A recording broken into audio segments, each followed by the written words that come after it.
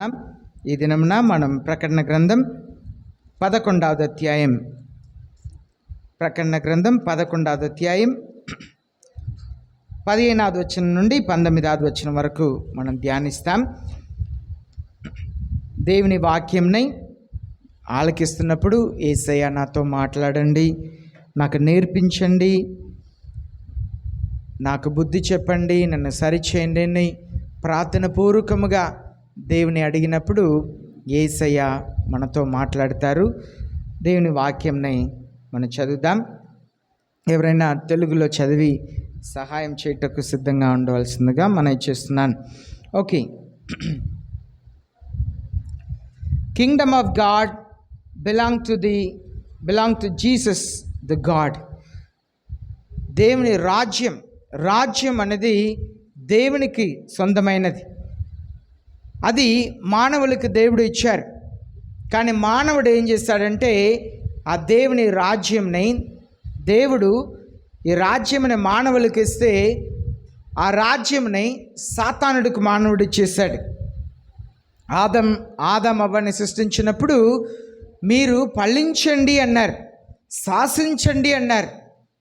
అన్నిటినీ శాసించమని ఇస్తే వాళ్ళు ఏం చేస్తారంటే సాతానుడికి లోబడి సమస్తంని సాతానుడికి అమ్మివేశారు.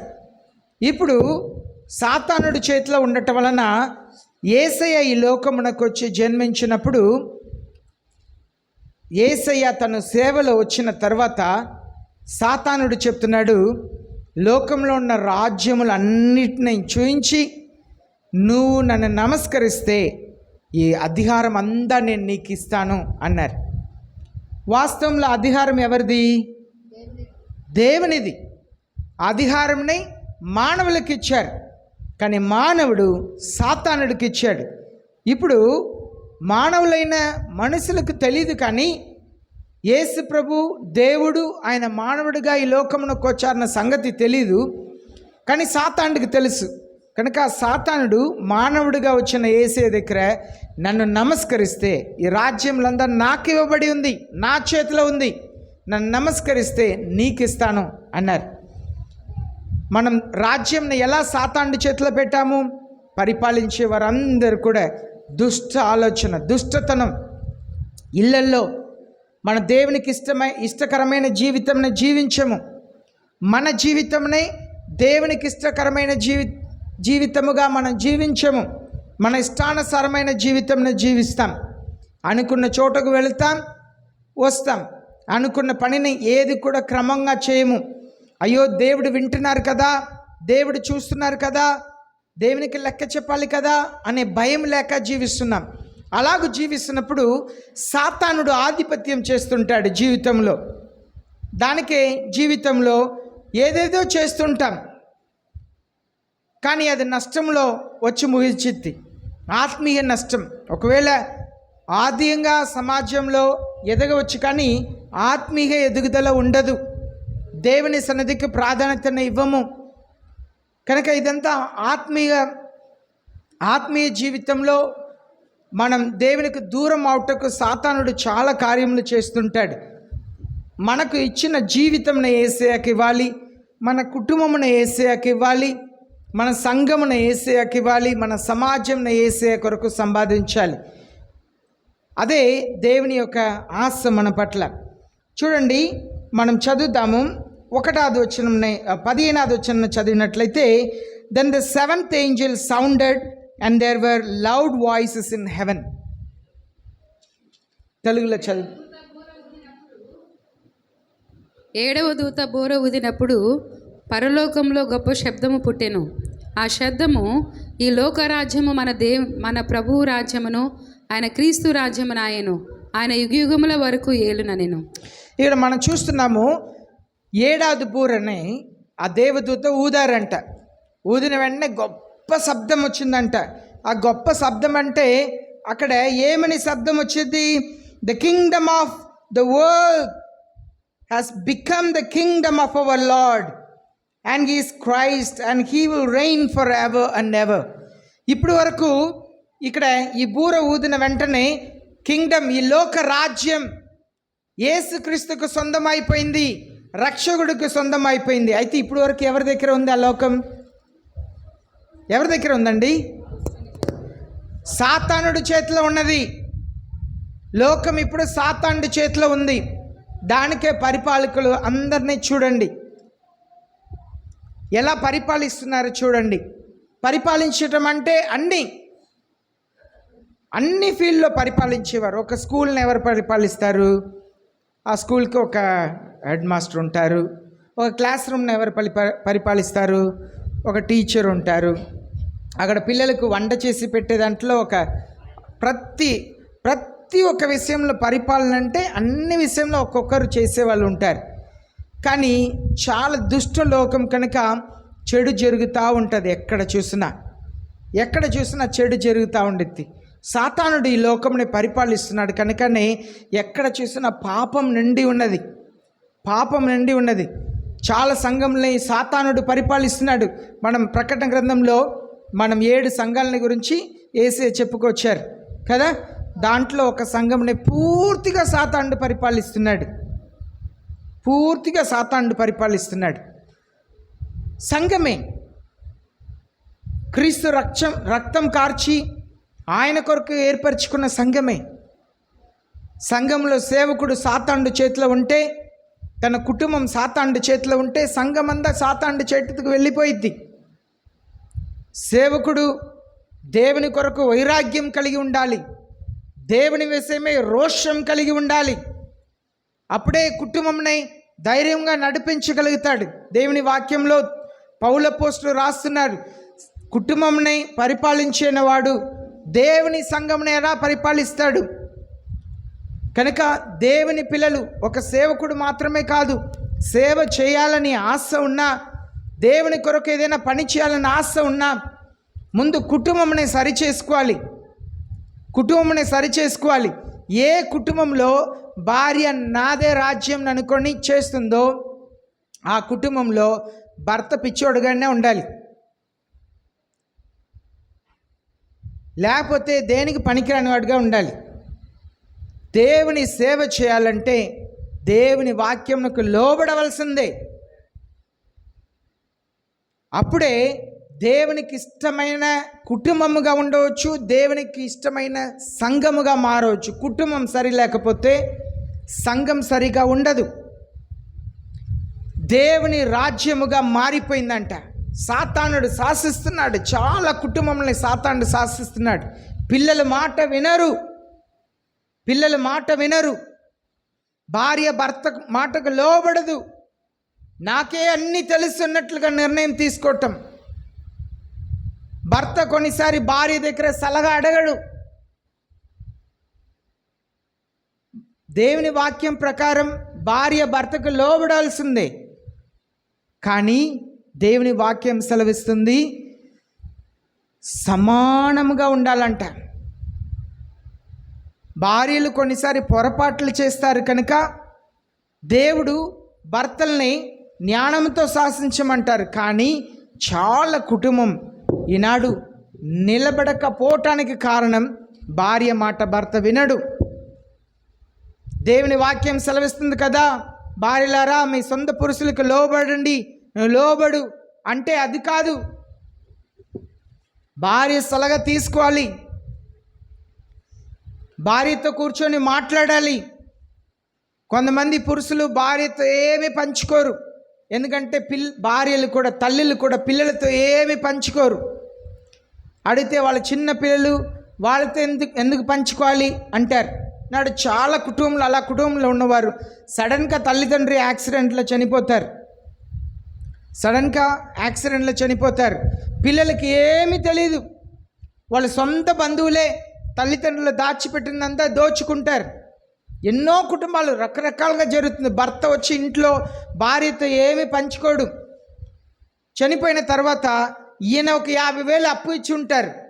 కానీ వాళ్ళు వచ్చి నీ ఆయన నా దగ్గర అప్పు తీసుకున్నాడు అని మాట్లాడి ఆమెను వేధిస్తుంటారు. కనుక కుటుంబంలో సమస్తమని పంచుకోవాలి, పిల్లలకు తెలియపరచాలి, పిల్లలతో పంచుకోవాలి, పిల్లలతో కూర్చొని మాట్లాడాలి. మనం అనుకుంటాము అయ్యో పిల్లలతో ఏం మాట్లాడేది, వాళ్ళు చిన్న పిల్లలు కదా అంటారు. మనకు బైబిల్లో యేసయ్య ఉదాహరణ. యేసయ్య ఒక చిన్న పిల్లోడితో మాట్లాడారు. ఎవరితో మాట్లాడారు? సమూయేలుతో మాట్లాడారు కదా. దేని గురించి మాట్లాడారు?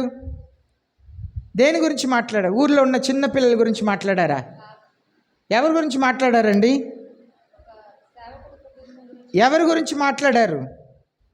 సేవకుని గురించి మాట్లాడారు. సేవకుని పిల్లల గురించి మాట్లాడారు. ఏ విషయమే మాట్లాడారు? ఏ విషయమే మాట్లాడారు? చంపుతాను, అవునా? చంపుతాను, ఒక్కడిని కూడా వదిలిపెట్టను. ఎవరన్నా మాట్లాడతాం పిల్లలతో? చిన్న చిన్న పిల్లోడు అంట సమూయేలు. సేవకుడిని గురించి తన పిల్లల గురించి మాట్లాడిన విషయం ఏం మాట్లాడారు? ఒక్కడిని కూడా వదిలిపెట్టను ఆ కుటుంబంలో. ఎవరితో మాట్లాడారు? చిన్న పిల్లలతో. మన పిల్లలతో మాట్లాడాలి. మనం కుటుంబం దేవునికి సొంతం అవ్వాలి. మన జీవితం దేవునికి సొంతం అవ్వాలి. ఈ లోకం దేవుని రాజ్యముగా మారిందని చెప్పారంట. ముందు ప్రతి ఒక్క క్రైస్తవుల కుటుంబం దేవుని కుటుంబముగా మారాలి. ప్రతి ఒక్క క్రైస్తవుని జీవితం దేవునికి సొంతం అవ్వాలి. వాక్యంను చదవాలి, ప్రార్థన చేయాలి, ఆలోచన చేయాలి. పిల్లలు బూతులు మాట్లాడితే మురిసిపోకూడదు. ఈరోజు నీ భర్తను మాట్లాడతాడు, రేపు నిన్ను మాట్లాడతాడు. పిల్లలు ఎవరన్నా కొట్టి వస్తే మురిసిపోకూడదు. వాళ్ళని కూడా తర్వాత కొట్టేది నిన్నే. మన కుటుంబం దేవునికి సొంతం అవ్వాలి. అది ఈ లోకంలో మనం సిద్ధపడాలి. మన జీవితంని సమర్పిస్తామంటే, ఈనాడు క్రైస్తవులు అంటే అనుకుంటున్నారు, నేను యేసు ప్రభువుని నమ్ముకుంటున్నాను, బాప్తిసం తీసుకుంటే సరిపోయిద్దని అనుకుంటున్నారు. అది కాదు క్రైస్తవ జీవితం. అనుదినము చావాలి, అనుదినము చావాలి, విసుగుదలకు చావాలి. విసుగు వచ్చిద్ది కొన్నిసారి, కొన్ని పనులను చూస్తుంటే విసుగు వచ్చిద్ది. చావాలి, విసుకకుండా మనల్ని చంపుకోవాలి. కోపమునకు చావాలి, కోపముని మనం చంపాలి. విసుగు వస్తే చంపాలి. ద్వేషం వచ్చింది, ద్వేషంని చంపాలి.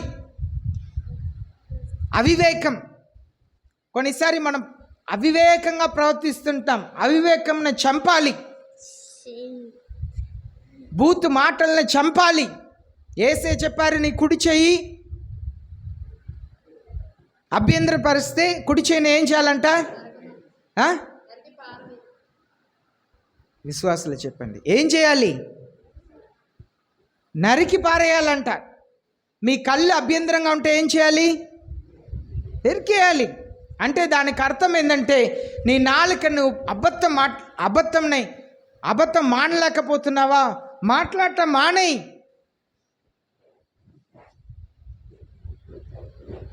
మనం యేసయ్యకు సొంతం అవ్వాలి. మన కుటుంబం యేసయ్యకు సొంతం అవ్వాలి. మన పిల్లలు యేసయ్యకు సొంతం అవ్వాలి. మనకు పిల్లలు లోబడితేనే యేసయ్యకు లోబడతారు. దానికి కన్నీళ్ళు కార్చి ప్రార్థన చేయాలి. నేను ఎప్పుడు మీతో చెప్తున్నాను, ఇంట్లో వారంలో ఒక్క పూటైనా మీ భర్త కొరకు, మీ పిల్లల కొరకు కన్నీళ్ళు కార్చి ప్రార్థన చేయండి. ఉపవాసం ఉండండి. ఎంతమంది ఉన్నారు ఈ వారం? ఉపవాసం ఉండాలి, కన్నీళ్ళు కార్చాలి. తల్లిలే కాదు, పిల్లలు కూడా. జ్ఞానం లేదా? ఉపవాసం ఉండి ప్రార్థన చేయాలి. ఒక్క పూటైనా ఉపవాసం ఉండి, నాకు జ్ఞానం ఇవ్వండి ప్రభువా, దేవుణ్ణి అడగాలి. ఈ దినం మనకు 3వ ఆదివారం కనుక ఇది ఫ్యామిలీ సండే కనుక కుటుంబం గురించి నేను మాట్లాడుతున్నాను. ఆ పరలోకంలో చెప్తున్నారంట, భూమి అంతా కూడా క్రీస్తుకు సొంతమైంది. ఆ సమయం రాకముందే మనం ధైర్యంగా చెప్పగలగాలి, నా కుటుంబం యేసయ్యకు సొంతం, నా జీవితం యేసయ్యకు సొంతం, నా సంఘం యేసయ్యకు సొంతం చెప్పగలిగే స్థితికి మనం రావాలి. 16వ వచనంలో మనం చదువుతున్నాము, and the 24 elders who sit on the throne before God fell their faces and worshiped God.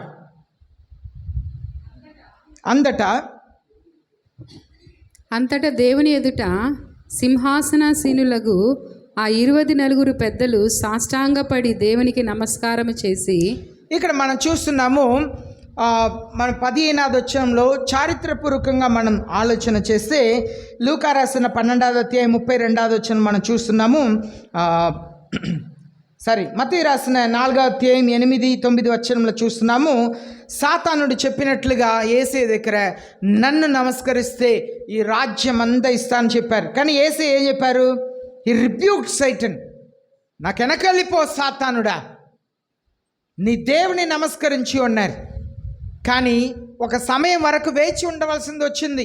యేసయ్య ఈ లోకమునకు వచ్చిన వెంటనే భూమిని తీసి యేసయ్య అధికారంలో పెట్టలేదు. భూమిలో ఉన్న సమస్త అధికారం యేసయ్య చేతిలో పెట్టలేదు. 2000 సంవత్సరం దాటిపోయాం కదా, 2014లో ఉన్నాం. ఇంకా ఎన్నో సంవత్సరాలు లేవు, మనం చాలా దగ్గర పెడుతున్నాం ఈ లోకం ముగింపుకు. అనగా సాతానుడి చేతిలో ఈ లోకంను 7 సంవత్సరాలు దేవుడు పెడతారు. ఆ 7 సంవత్సరాల తర్వాత దేవుడే స్వయంగా ఈ లోకంని పరిపాలించబోతున్నారు. ఎవరైనా బయట వాళ్ళు ఈ వాక్యం వింటే, ఈ మాటలు వింటే హేళనం చేస్తారు, నవ్వులు పాలు చేస్తారు. సాతానుడు ఈ లోకంలో 7 సంవత్సరాలు పరిపాలిస్తాడంట, తర్వాత దేవుడే పరిపాలిస్తాడంట. ఏం పిచ్చి మాటలు అన్నట్లుగా ఉండిద్ది. కానీ దేవుని వాక్యం సెలవిస్తున్నది అక్షరాలుగా జరగబోతుంది. అదే మనం దేవుని వాక్యంలో మనం చూస్తున్నాం.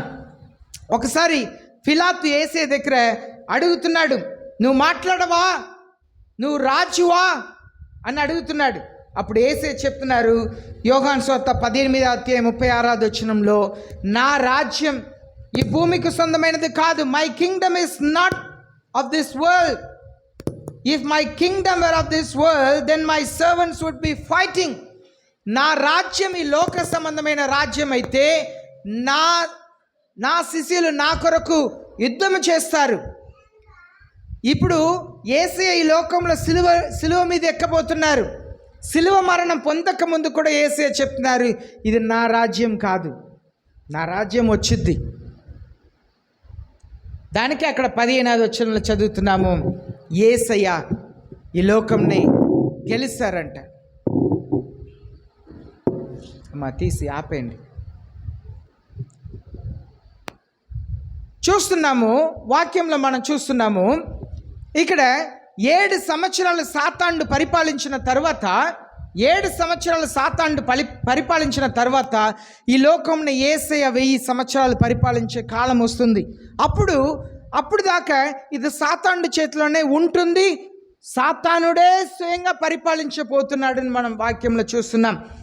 అలాగనే మనం చూస్తున్నాము లూకా రాసిన 12వ అధ్యాయం 32వ వచనంలో యేసయ్య చెప్తున్నారు తన శిష్యులను చూసి, don't be afraid little flax, చిన్న మంద, భయపడవద్దు, for your father has chosen gladly to give you his Kingdom.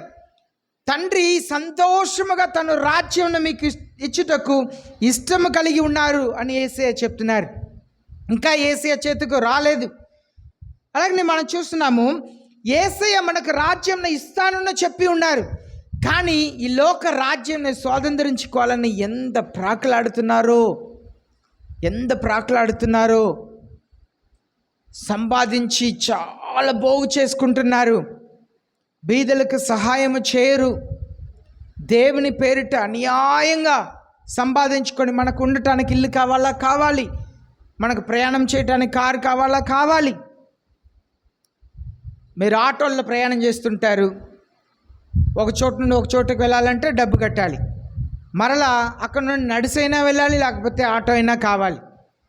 అదే కారు ఉంటే, ఒక బైక్ ఉంటే పెట్రోల్ పోసుకొని మీరు 100 రూపాయలు ఆటో ఖర్చు పెట్టే దాంట్లో మీరు 50 రూపాయలు అన్నీ తిరిగి రావచ్చు.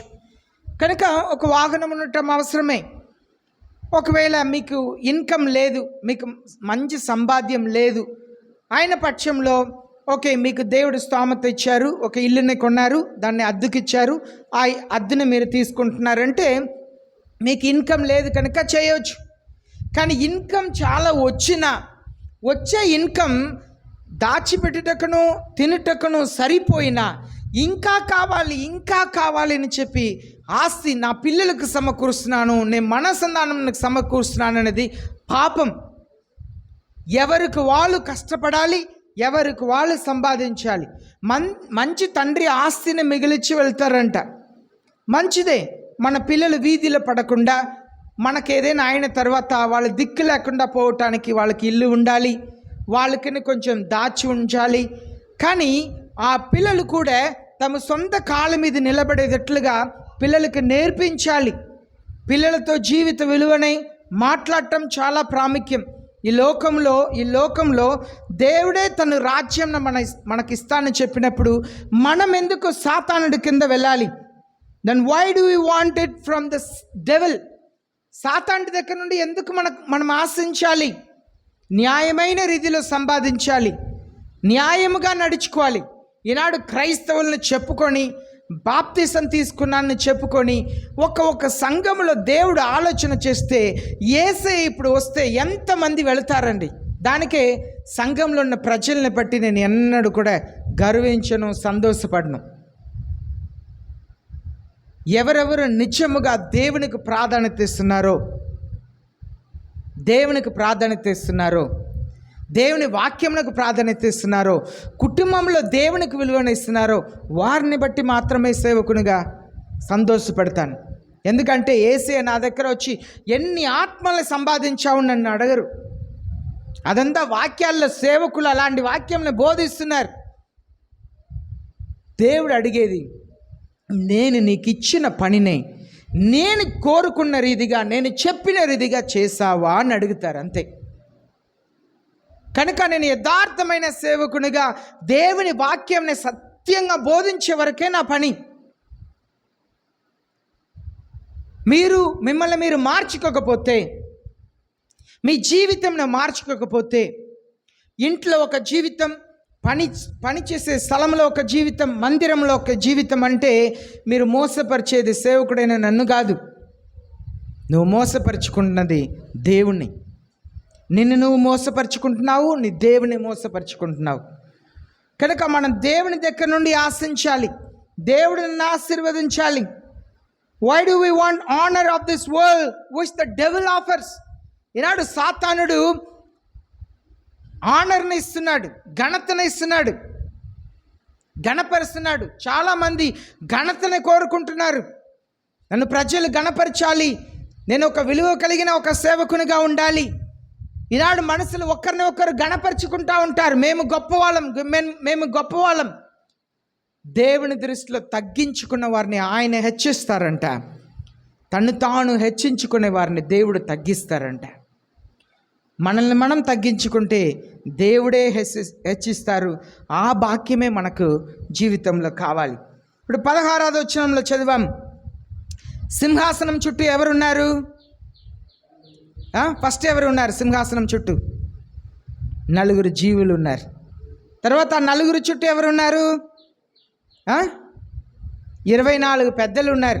ఆ 24 పెద్దలు ఏం చేస్తున్నారు చూడండి. 16వ వచనంలో 24 elders who sat on their thrones before God fell their faces and worship. సింహాసనం మీద కూర్చున్న వాళ్ళు అలా దేవుని ఎదుట సాష్టాంగ పడుతున్నారంట. మనం దేవుని ఎదుట పరిపూర్ణంగా తగ్గించుకోవాలి, దేవుణ్ణి హెచ్చించాలి, దేవుని నామముని ఘనపరచాలి, దేవుని నామముని ఘనపరచాలి. మనం దేవుని సన్నిధికి వచ్చినప్పుడు, ఎందుకు దేవుని సన్నిధికి వచ్చినప్పుడు మనల్ని మనం అలంకరించకుండా రావాలి? పూలు పెట్టుకుండా ఇంట్లో పెట్టుకోవచ్చు. మీ భర్తకు ఇష్టమైద్ది, నువ్వు పువ్వు పెట్టుకోమా అని చెప్తే, లేదు నేను క్రైస్తవురాలు అయిపోయాను, నేను పూలు పెట్టుకోను అని చెప్తే నీ భర్తకు ఏమైద్ది? కోపం వచ్చిద్ది, ద్వేషం వచ్చిద్ది. మీ అత్తగారు మామగారు కూడా ద్వేషిస్తారు, కోపం వచ్చిద్ది కదా. దేవుని సన్నిధికి వచ్చినప్పుడు మనల్ని మనం వృత్తినిగా చేసుకోవాలి, సింపుల్గా రావాలి. కొన్నిసారి దేవుని సన్నిధికి వచ్చినప్పుడు నీట్గా రావాలి, మన పరిస్థితుల్ని బట్టి, అవకాశాలను బట్టి నీట్గా రావాలి. కానీ దేవుని సన్నిధికి మనల్ని అలంకరించుకొని రాకూడదు, హృదయంని అలంకరించుకొని రావాలి, హృదయంని శుద్ధపరచుకోవాలి. హృదయంని ఎలా అలంకరించాలి? హృదయం ఎలా ఉండాలి? తెల్లగా ఉండాలి. కొన్నిసారి తెల్ల బట్టలు వేసుకుంటాం, హృదయం ఎలా ఉండిద్ది? నల్లగా ఉండిద్ది, మాస్పడి ఉండిద్ది. మనం బట్టలు కాదు, హృదయంని అలంకరించాలి, మంచి మాటలు పలకాలి, మంచి మాటలు పలకాలి, గాయముల్ని కట్టే మాట, ఆదరించే మాట, బలపరిచే మాట కదా. అలాంటి మాటల్ని మాట్లాడారు. కొంతమంది పిల్లల్ని ఎప్పుడు కూడా వాళ్ళని ప్యాంబర్, వాళ్ళు ఎప్పుడు కూడా పిల్లల్ని మంచిగానే మాట్లాడతారు, గద్దించి మాట్లాడరు, గద్దించి ఏం చెప్పరు. కనుక ఆ పిల్లలు ఎలా తయారవుతారండి? అలాంటి పిల్లలు కొందరు గర్వంగా చెప్పుకుంటారు, మా పిల్లల్ని అస్సలు మేము కొట్టమంటారు. ఆ పిల్లలు ఎలా ఉంటారు? మాట వినరు, అస్సలు మాట వినరు. మన పిల్లలతో గట్టిగా మాట్లాడవలసిన చోట్ల గట్టిగా మాట్లాడాలి. కొన్నిసారి భార్యలు గట్టిగా భర్తని మాట్లాడతారు. ఎందుకంటే భర్తలు పొరపాటు చేయరా? భార్యల కంటే ఎక్కువ పొరపాటు చేసేది భర్తలే. కానీ కొంచెం సమాజంలో గర్వంగా తిరుగుతాం అంతే. భార్యలైనా కుటుంబం గురించి ఆలోచన చేస్తారు, డబ్బు గురించి ఆలోచన చేస్తారు. కొన్నిసారి ఎట్లా పడితే అట్లా మాట్లాడేది పురుషులే. భార్య మాట వినేవారు నిజంలో సమాజంలో తల ఎత్తి తిరగగలుగుతారు. భార్య సలహా తీసుకునేవారు. దాని కొరకు భార్యని నెత్తి మీద పెట్టుకోవాలని అవసరంలే, గుండె మీద ఖచ్చితంగా పెట్టుకోవాలి. వాళ్ళ మాటని గౌరవించాలి, వాళ్ళని గణపరచాలి. అది చాలా చాలా క్రైస్తవ జీవితంలో చాలా ప్రాముఖ్యం. భర్త నెత్తి మీద ఉండాలని ప్రయత్నం చేయకూడదు, కానీ గుండెల్లో ఉండాలని ఆశపడాలి. మంచి సలహా ఇవ్వాలి. కుటుంబంని కట్టుకొట్టడానికి ప్రయాసపడాలి. డబ్బుని ఎలా దాచిపెట్టాలి, పిల్లల్ని ఇలాంటి మార్గంలో తీసుకెళ్తే బాగుండిద్ది మంచి సలహా ఇవ్వాలి. కొంతమంది భార్య నాకేం తెలియదు, ఏదైనా సలహా అడిగితే నాకు తెలియదు అంటారు. మనం ఆలోచన చేయాలి, కూర్చొని ఆలోచన చేయాలి. అది చాలా చాలా ప్రాముఖ్యం. ఎందుకు ఈ మాటలు చెప్తున్నానంటే, దేవుని సన్నిధికి మనం వచ్చినప్పుడు మనల్ని మనం వృత్తినిగా చేసుకోవాలి. నేను దేవుని సన్నిధికి వచ్చాను, దేవుని పరిపూర్ణంగా గణపరచాలి. ఇంట్లో మీరు మీ భర్త ఆశపడినట్లుగా ఉండాలి. దానికి ఈనాడు ఈ ఊర్లో ఎంతమంది కుటుంబంలో నిజమైన భార్య భర్తలతో ఉన్నారండి? మీ వీధిలో ఎంతమంది నిజమైన భార్య భర్తలు ఉన్నారు? చాలా అరుదు. కారణం, భర్తని కూడా ఇష్టపరచడం తెలియాలి, కానీ దేవుని మార్గంలో వాక్య ప్రకారముగా ప్రార్థన పూర్వకంగా భర్తని ఇష్టపరచడం నేర్చుకోవాలి, భర్తకు లోబట్టం నేర్చుకోవాలి. ఒక భార్య భర్త, వాళ్ళ అమ్మ వచ్చింది, ఇద్దరు కలిసి భర్త మీద పడ్డారు. భర్త మొహంనే అలా వాళ్ళ అత్తగారు చేతిలో ఉన్నతో కొడితే అల్లుడు మొహంలో పెద్ద గాయం. ఊరిని విడిచి వెళ్ళిపోయారు. దారిలో నన్ను చూస్తే షాక్ అయిపోయాను వాళ్ళని చూసి. జరిగింది ఏంటంటే, పిల్లల చదువు పాడైపోయింది. జ్ఞానం కావాలి. కుటుంబంని కట్టుకోవటానికి మనం గొడవ పడే ముందు పిల్లలు చదువుని గురించి ఆలోచన చేయాలి, వాళ్ళ ఆత్మీయ ఎదుగుదలని గురించి ఆలోచన చేయాలి. నెక్స్ట్ నేనేమవుతానో, నా కుటుంబం ఏమవుతుందో ఆలోచన చేయాలి. దేవుని సన్నిధికి వచ్చే ప్రతి ఒక్క క్రైస్తవులు కూడా దేవుని సన్నిధికి వస్తప్పుడు వృత్తినిగా చేసుకొని రావాలి. ఎంత ఒక వైభవమైన తాళందులు కలిగి ఉన్నా, మంచి కుటుంబం కలిగి ఉన్నా, చదువు కలిగి ఉన్నా, మంచి ఆర్థిక సంపాద్యం కలిగి ఉన్నా, దేవుని దగ్గర వచ్చినప్పుడు ఎలా రావాలి తెలుసా? మీరు లేకపోతే నేను లేను ప్రభువా. బయట మనకు నిజంగా మంచి జీతం రావచ్చు, మన గుండాదనంగా మంచి హోదా దేవుడు ఇచ్చి ఉండవచ్చు, కానీ దేవుని సన్నిధికి వచ్చినప్పుడు వృత్తినిగా చేసుకోవాలి. అయ్యా, నేను బయట ఒక ఆఫీసర్నే, కానీ మీ సన్నిధికి వస్తే ఇక్కడ కూర్చున్నవారు కాల్వ క్లీన్ చేసే, రోడ్డు ఊడ్చే పనిలో ఎవరు ఉన్నారో ఆ సహోదరికి సమానమైన వ్యక్తిని ప్రభువా. అది వృత్తినిగా చేసుకోవటం అంటే. ఇంట్లో నీ దగ్గర ఒక 50 పట్టు చీరలు, విలువ కలిగిన పట్టు చీరలు ఉండవచ్చు, కానీ దేవుని సన్నిధికి వచ్చినప్పుడు, అయ్యా ఇక్కడ ఎవ్వరు చినిగిపోయిన చీరలు కట్టి ఉన్నారో ఆ వ్యక్తికి సమానముగా నన్ను వృత్తినిగా చేసుకుంటున్నాను అనే మనస్సు కలిగి ఉండటమే దేవునికి కావాలి. దాని కొరకు మా చర్చిలో ఒకే చీరని వారమంతా కట్టుకొని చర్చికి వచ్చారు, చినిగిపోయింది కట్టుకొచ్చారు, నేను కూడా అలా రావాలా? అది కాదు. నీ మనస్సు వాళ్ళతో సమానం కావాలి. యేసయ్య ఆ 24 పెద్దల్ని తన సింహాసనం చుట్టూ కూర్చోబెట్టి వాళ్ళ తల మీద కిరీటం పెడితే, దేవుని పొగిడే సమయం వచ్చిన వెంటనే ఆ కిరీటంని తీసి ఆయన కాళ్ళ కింద పెట్టేసి అలా నేల మీద సాష్టాంగ పెడతారంట. ఘనతకు అర్హుడు మీరు మాత్రమే. దేవుని పిల్లలు దేవుని సన్నిధికి వస్తే అలాంటి మనస్సు ఉండాలి. మనల్ని మనం అలా తగ్గించుకోవాలి.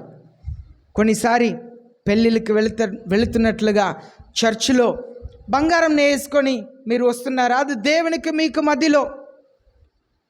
బంగారం ఉంటే ఖచ్చితంగా గర్వం కొంచెం కొంచెం వండిద్ది, అప్పుడప్పుడు తల చూపిస్తుంది. వేసుకొని వస్తున్నారా? రండి. మీరు ఎంత పోరాడినా మీ అత్తగారు, మామగారు, మీ కుటుంబంలో ఉన్నవారు భర్తలు లేదు ధరించుకోవాల్సిందే అని చెప్పి మీరు ఉంటే, వాళ్ళని వ్యతిరేకించి చెప్తే మన భారతదేశ చట్టంలో కూడా విడాకి ఇవ్వడానికి అవకాశం ఉంది. భర్త వెళ్ళి ఈమె చర్చికి వెళుతుంది, నా మాట వింటలేదంటే ప్రభుత్వం మీకు మరలా తిప్పదు, ఒక్క స్టాంప్ వేసి విడాకి ఇచ్చేసిద్ది. అలాంటి చట్టం ఉంది కనుక లోబడాలి. భర్త కావాలి, పిల్లలు కావాలి, కుటుంబం నిలబడాలి. కానీ మన మనస్సు దేవుని సన్నిధికి వచ్చినప్పుడు ఎంత బంగారం ఉన్నా, ఎంత మంచి బట్టలు వేసుకున్నా, ఎంత హోదాలో ఉన్నా కూడా దేవుని సన్నిధికి వచ్చినప్పుడు సామాన్యంగా చిన్నవారితో పాటు కలిసి ఉండాలి. దానికి యేసయ్య ఏం చేశారు? యేసయ్య ఏం చేశారు? శిష్యులు కాళ్ళు కడిగారు. ఏం చేశారు? ఎలా కడిగారు? తను పై వస్త్రంని తీసివేసి నడుమునకు ఒక కండవాన్ని కట్టుకొని పళ్ళంలో నీళ్ళు తీసుకొని శిష్యుల దగ్గర కాళ్ళ దగ్గర కూర్చున్నారు కదా. కూర్చొని ఆ కాళ్ళని చేతిలో తీసి తుడిసారంట. అది వృత్తినిగా చేసుకోవటం. యేసయ్య రక్షకుడు, కానీ తను అంతగా తగ్గించుకున్నారు. 24 పెద్దల దగ్గర మనం నేర్చుకోవాల్సింది, దేవుని పిల్లలు దేవుని మందిరంకి వచ్చినప్పుడు నేను గొప్పవాడిని, నేను ఈ మందిరంని శాసించగలుగుతాను. చాలా సంఘంలో సేవకులు మందిరంలో ఉన్న విశ్వాసులకు భయపడతారు. కొంతమంది 50,000 రూపాయలు నెలకిచ్చే వాళ్ళు ఉన్నారు. వాళ్ళని గౌరవించాలి. వాళ్ళు గాయపడకుండా వాక్యం చెప్పాలి, గద్దించకూడదు. లేకపోతే మందిరం అనుకుంటారు, లేకపోతే ఆ ఇచ్చే డబ్బుని ఆపేశారు. ఇలాంటి పరిస్థితిలో వాళ్ళు చాలామంది ఉన్నారు.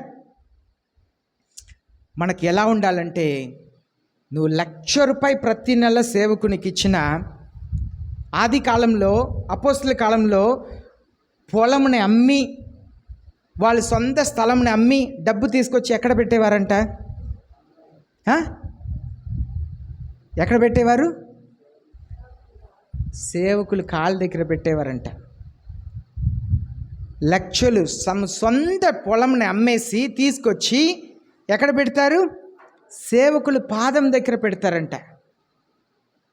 వాళ్ళకున్న విశ్వాసం, అయ్యా నేను 10 లక్షలు తీసుకొస్తున్నాను. చాలామంది ఆస్తి పూర్తిగా అమ్మేసి తీసుకొచ్చి ఇచ్చారంట. అపోస్తల గ్రంథంలో చదువుతున్నాం.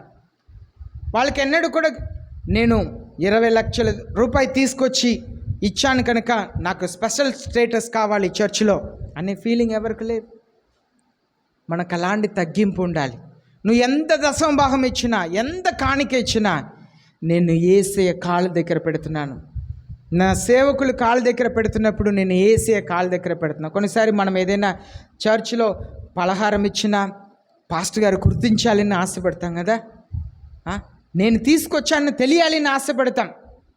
అయ్యో నేను అక్కడ పెట్టి వెళ్ళిపోతే పాస్టర్ గారికి తెలియదు నేను తీసుకొచ్చానని తెలియదు, పాస్టర్ గారికి తెలియాలి నేను తీసుకొచ్చానని తెలియాలి.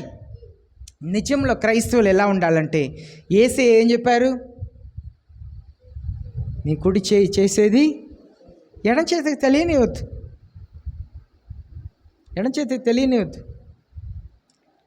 అలా తీసుకొచ్చి పెట్టిన దేవుడు మిమ్మల్ని చూస్తున్నారు.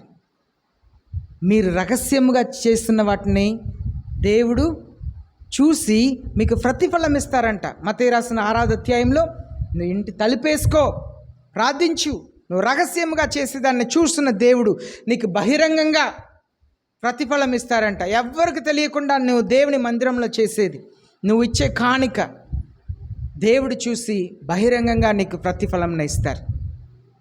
నిద్రపోతున్న వారు ఒక హల్లెలూయా చెప్పండి.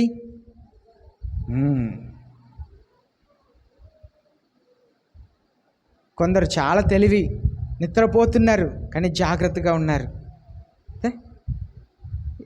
17వ వచనం చదువుదాం. The sky was split apart like a scroll when it is rolled up, and every mountain. Sorry. 17వ వచనం. And we give you thanks, O Lord God, the Almighty, who are and who were, because you have taken your great power and have begun to reign. వర్తమాన భూతకాలములో ఉండు దేవుడవైన ప్రభువా, సర్వాధికారి, నీవు నీ మహాబలమును స్వీకరించి ఏలుచున్నావు గనక మేము నీకు కృతజ్ఞతాస్తుతులు చెల్లించుచున్నాము. చూడండి, కృతజ్ఞత ఎలా తెలియపరుస్తున్నారంట 24 పెద్దలు. కృతజ్ఞత ఎలా తెలియపరుస్తున్నారండి? సాష్టాంగంగా పడి కృతజ్ఞతలు తెలియపరుస్తున్నారు. మన కృతజ్ఞతలు ప్రార్థన పెడతాం, ఏం చేస్తాం? కృతజ్ఞత ప్రార్థన పెట్టుకొని స్పెషల్ మంచి డ్రెస్ వేసుకొని దేవునికి ఎలా కృతజ్ఞత తెలియపరుస్తాం? అందరు మెప్పునే కోరుకుంటాం. వాళ్ళు సాష్టాంగ పడి చెప్తున్నారంట, మీరు గొప్ప శక్తిని తీసుకొని మీరు పరిపాలించడం మొదలుపెట్టారు. యేసయ్య ఆయనకు శక్తి ఉన్నను పరిపాలించుటకు, ఈ లోకముని పరిపాలించుటకు వేచి ఉన్నారు. 2024 సంవత్సరం కదా, 2024 సంవత్సరాలు అయింది. ఇంకా ఒక 7 సంవత్సరాలు, ఇంకా ఎన్ని సంవత్సరాలు ఉందో మనకు తెలియట్లే. సాతానుడు 7 సంవత్సరాలు పరిపాలించాలి. దానికి ముందు దేవుడు ఎన్ని సంవత్సరాలు సాతానుడి చేతిలో పెట్టే ముందు ఇస్తున్నారో, తరువాత 1000 సంవత్సరాలు యేసయ్య పరిపాలించే ముందు జరుగుతున్న సంభవంని ఈ 11వ అధ్యాయం 15వ వచనం నుండి 19వ వచనం వరకు చూస్తున్నాం. యేసయ్య ఒకరోజు లోకంలో ఉన్న అధికారం అంతా ఆయన చేతిలో తీసుకుంటారు. దేవుని ప్రజలు దేవునితో పాటు ఈ లోకముని పరిపాలిస్తారంట. అయ్యా, ఆ సర్వే నెంబర్ 145లో ఉన్న స్థలముని నా పేరుకు డాక్యుమెంట్ చేసిస్తే మీకు ఒక 50 లక్షలు నేను కేటాయిస్తా అనేది ఏమీ అక్కడ జరగదు. నీతిమంతులే పరిపాలన చేస్తారు. ఈనాడు పిల్లలు చాలామంది కనపడకపోతున్నారు. ఆడపిల్లలు చాలామంది బెంగళూరు పట్టణంలో ప్రతి నెల 300 పైన అమ్మాయిలు కనపడరంట. లోకం తిరిగి రామా పో. 350 మంది యవనస్తురాలు స్త్రీలు కనపడరంట ప్రతి నెల. నిన్న రాత్రి టీవీలో న్యూస్ చూశాను. స్త్రీలకు ఏదేది జరిగిందని చెప్పి మా పరిపాలనలో జరిగిన వాటికి నేను ఆల్రెడీ క్షమాపణ అడిగాను. మరలా అదేంటి ఏదో ఒక కమిటీ స్త్రీల ఆ కమిటీలో నేను వెళ్ళి అవసరమైతే మరలా నేను క్షమాపణ అడుగుతానని చెప్పి తెలంగాణలో కేటీఆర్ అనబడిన నాయకుడు నిన్న నైట్ టీవీలో చెప్తున్నారు. మా పరిపాలనలో ఇంతమంది స్త్రీలు రేప్ చేయబడ్డారు, ఇంతమంది స్త్రీలు కనబడలేదు, మా పరిపాలన లోపం వచ్చింది, క్షమాపణ అడిగాను, నేను అడుగుతాను. వీళ్ళందరూ ఎక్కడండి? వీళ్ళందరూ ఎక్కడే? పిల్లలు కనపడకపోతున్నారు, ఎక్కడే? వాళ్ళని తీసుకెళ్ళి ధనవంతులు వాళ్ళ కిడ్నీని తీసి వాళ్ళ సొంత పిల్లలకు పెట్టుకుంటున్నారు, వారి కళ్ళని తీసేస్తున్నారు. జరగట్లేదు ఆ లోకంలో? జరుగుతుంది. కానీ యేసయ్య పరిపాలన చేసే కాలంలో ఇది అంత ఆగిపోతుందంట. మన ఎస్ఏ రాసిన ప్రవచనలో మనం చదువుతున్నాము, సింహం గొర్రె 2 కలిసి పనుకుంటున్నట్ట. ఇప్పుడు సింహం గొర్రెని చూస్తే ఏం చేసిద్దండి? చంపేసిద్ది. కానీ యేసయ్య ఈ లోకంని పరిపాలిస్తున్నప్పుడు దేనికి హాని చేయదంట.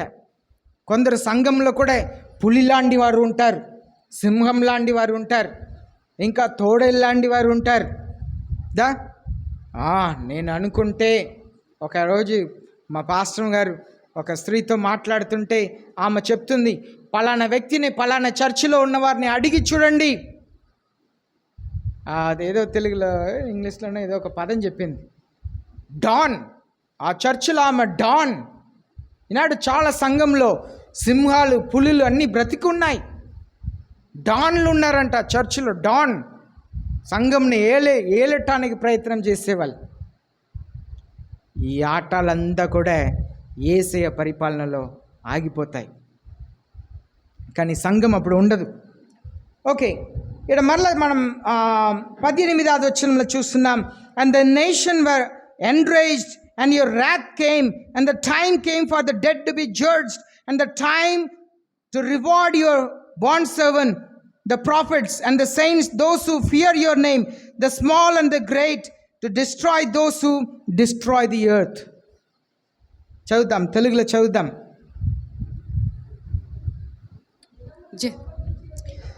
జనములు కోపగించినందున మీకు కోపం వచ్చును. అమ్మ మైక్లో చదవండి. జనములు కోపగించినందున నీకు కోపము వచ్చెను. మృతులు తీర్పు పొందుటకును నీ దాసులకు ప్రవక్తలకును పరిశుద్ధులకును నీ నామమునకు భయపడు వారికి తగిన ఫలం ఇచ్చుటకును గొప్పవారేమి కొద్దివారేమి భూమిని నశింపజేయవారిని నశింపజేయుటకును సమయం వచ్చి ఉన్నదని చెప్పిరి. చూడండి, ప్రజలు కోపపట్టడం వలన దేవుని కోపం వచ్చిందంట. జనులు లోకంలో ఉన్న వరకు కోపం వచ్చిందంట. ఎందుకు కోపం వచ్చింది? ఈ సాతానుడు 7 సంవత్సరాల పరిపాలన చేసి ఆయన ముగింపులో ప్రజలకు కోపం వచ్చిందంట. ఎందుకు కోపం వచ్చింది? పోయిన వారం ఏం ధ్యానించాం? ఎవరిని గురించి ధ్యానించాం? సాతానుడు చివరి 3.5 సంవత్సరాల్లో ఎవరు ఉన్నారు? ఎవరిని గురించి పోయిన వారం ధ్యానించాం?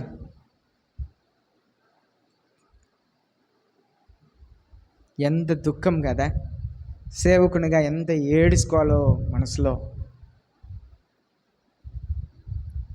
ఒక్కరు కూడా గుర్తులేదు. 2 ప్రవక్తలు వచ్చారు. ఆ ప్రవక్తలు దేవుని వాక్యం ప్రకటిస్తే ప్రజలకు కోపం. చివరిగా 7 సంవత్సరాలు పూర్తి అయినప్పుడు సాతానుడు ఆ 2 ప్రవక్తల్ని చంపివేస్తున్నాడు. చంపివేసిన తర్వాత ఏం జరిగింది?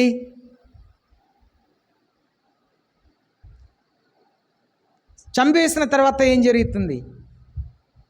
లోకంలో వాళ్ళు శవంని పాత పెట్టకుండా వీధి మీద పడేశారు. ప్రపంచమంతా వాళ్ళని చూస్తున్నారు. అదే మనం లైవ్ టెలికాస్ట్ను చెప్తున్నాం.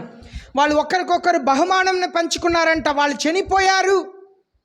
ఎవరైనా చనిపోతే బహుమానం పంచుకుంటారండి? ఎవరైనా చనిపోతే పండగ చేస్తారా? కానీ లోకంలో చేస్తారంట. లోకమంతా పండగ చేసుకుంటారంట, బహుమానంని పంచుకుంటారంట. అదే మన అమెజాన్, చాలా ఆన్లైన్ షాపింగ్ మనం చూస్తున్నాం కదా. Online shopping. మీకు ఏదైనా నేను బహుమానం ఇవ్వాలంటే ఆ బహుమానం నేను సెలెక్ట్ చేసి మీ అడ్రస్ని, మీ ఫోన్ నెంబర్ పెడితే మీ ఇంటికి వచ్చేసిద్ది. అదే ఇక్కడ చూస్తున్నాం. 11వ అధ్యాయంలో దేవుడు ఈ లోకంలో 2024 సంవత్సరాల క్రితమే యోహానుకి చెప్పేశారు, లైవ్ టెలికాస్ట్ ఉంటుంది. ఎక్కడో జరుగుతున్న వాటిని చూస్తారు, లోకమంతా చూస్తారు, పండగ చేసుకుంటారు, వాళ్ళు ఒకరికొకరు బహుమానం పంచుకుంటారంట. అయితే ఈ ముగింపులో అందరికీ కోపం వచ్చేది. ఎందుకు? వాళ్ళిద్దరు ఏమైపోయారు? శవముగా 3 రోజులు వాళ్ళ శవం రోడ్డు మీద పడి ఉంది. ఎలా ఉండిద్ది రోడ్డు మీద పడి ఉన్న శవం? వాసన వచ్చింది. అదంతా సరే, బైబిల్లో ఏం చదివాము? 3 రోజుల తర్వాత ఏమైంది? దేవుని ఆత్మ పరలోకం నుండి వారికి వచ్చింది. అందరు లోకమంతా చూచుచుండగా వారు కాళ్ళ మీద నిలబడ్డారంట. అలా పరలోకమునకు వెళ్ళిపోయారంట. లైవ్ టెలికాస్ట్ జరుగుతుంది, ప్రపంచమంతా చూస్తున్నారు. ఇప్పుడు సాతానుడు ముగింపు కాలం వచ్చింది. దేవుడు సాతానుడిని ఒకే ఒక్క దేవదూతకు అనుమతించారు. ఆ దేవదూత సాతాన్ని పట్టి తీసుకెళ్ళి పాతాళంలో పడేశారంట. ఇప్పుడు యేసయ్య పరిపాలన ప్రారంభమైంది. ఇప్పుడు యేసయ్య పరిపాలనలో యేసయ్య తీర్పు ఇవ్వటం మొదలు పెడుతున్నారని మనం చూస్తున్నాం. అదే ఈ 18వ వచనంలో చూస్తున్నాం. ఈ సమయంలో ఏం జరుగుతుందంట? The dead to be judged, మరణించిన వారికి తీర్పు కలగబోతుంది. And the time to reward, దేవుని పిల్లలకు బహుమానంని దేవుడు ఇవ్వబోతున్నారంట. దేవుని పరిపాలన ఏందో కొన్ని మనకు అర్థం కాదు. దేవుడు ఈ లోకంని కదా శాసించబోతున్నారు 1000 సంవత్సరాలు. ఎలాగూ మరణించిన వారికి రివార్డ్ ఇస్తారు. ఈ లోకంలో దేవుడు చాలా కార్యంని చూపించబోతున్నారు. 1000 సంవత్సరాలు స్వయంగా దేవుడే, 7 సంవత్సరాలు స్వయంగా సాతానుడే పరిపాలించబోతున్నాడు. ఈనాడు కోర్టు కేసు ఉన్న వాళ్ళు ఎవరైనా ఇక్కడ ఉన్నారా? కోర్టులో కేసు ఉన్న వాళ్ళు, కొందరు కోర్టులో కేసు ఉంటుంది, సంవత్సరాలు తిరుగుతుంటారు. కోర్టుకు రమ్మంటారు, సమ్మనిచ్చి ఉంటారు. కోర్టుకు వెళితే లాయర్కి డబ్బు ఇవ్వాలి, వాళ్ళని తీసుకెళ్ళిన పోలీస్కి డబ్బు ఇవ్వాలి. డబ్బు చేతి నుండి పోతా ఉండిద్ది, కానీ నెలకు తిరుగుతారు, కానీ తీర్పు ఇవ్వరు. భయంకరమైన జీవితంలో నష్టం కలుగుతూ ఉండిద్ది. కానీ దేవుని పరిపాలనలో న్యాయమైన పరిపాలన ఇచ్చుటకు యేసే వస్తున్నారు. ఆయన పరిపాలనలో ప్రతి ఒక్కరికి దేవుడు తీర్పు ఇవ్వబోతున్నారు. దేవుడు స్వయంగా ఈ లోకంని పరిపాలించే సమయం వస్తుంది. ఇక్కడ మనం చూస్తున్నాము, తన పిల్లలందరికీ కూడా న్యాయం చేస్తారంట. దేవుడు తన పిల్లలకు న్యాయం చేస్తారు. Those who fear your name, small and great, to destroy those who destroy the earth. ఈ లోకంని పాడు చేసి అందరిని దేవుడు పాడు చేస్తారంట. ఈ లోకంని పాడు చేసి అందరినీ దేవుడు పాడు చేస్తారంట. ఒక అద్దె ఇల్లు ఉంది. ఆ వీధిలో ఉన్న వారు చెప్తున్నారు, ఈ వీధి ప్రశాంతంగా ఉంటుందండి. ఈ ఇంటికి వీళ్ళు అద్దెకు వచ్చినప్పటి నుండి ఈ వీధిలో శబ్దం వినిపిస్తుంది. వీధిలో ఇల్లులు ఉన్నాయా? ఇల్లులు ఉన్నాయి. ఇంట్లో ప్రజలు ఉన్నారా? ఉన్నారు. కానీ ప్రశాంతంగా ఉండే వీధిలో ఒక చెత్త వాళ్ళ ఇంటికి అద్దెకు వచ్చి వీధిని పాడు చేస్తున్నారు. ఒక వీధి ఒక ఇంట్లో అద్దెకు వచ్చేవారి వలన పాడవుతుందంటే ఈ లోకం ఎంతమంది చెడ్డవాళ్ళ చేత పాడు చేయబడుతుంది. ఎంతమంది చెడ్డవాళ్ళు. లోకంని పాడు చేసే వాళ్ళని దేవుడు తీర్పు తీరుస్తారంట. మీ వీధిని పాడు చేసినా దేవుడు తీర్పు తీరుస్తారు. వ్యక్తిగతంగా తీర్పు, కుటుంబమునకు తీర్పు.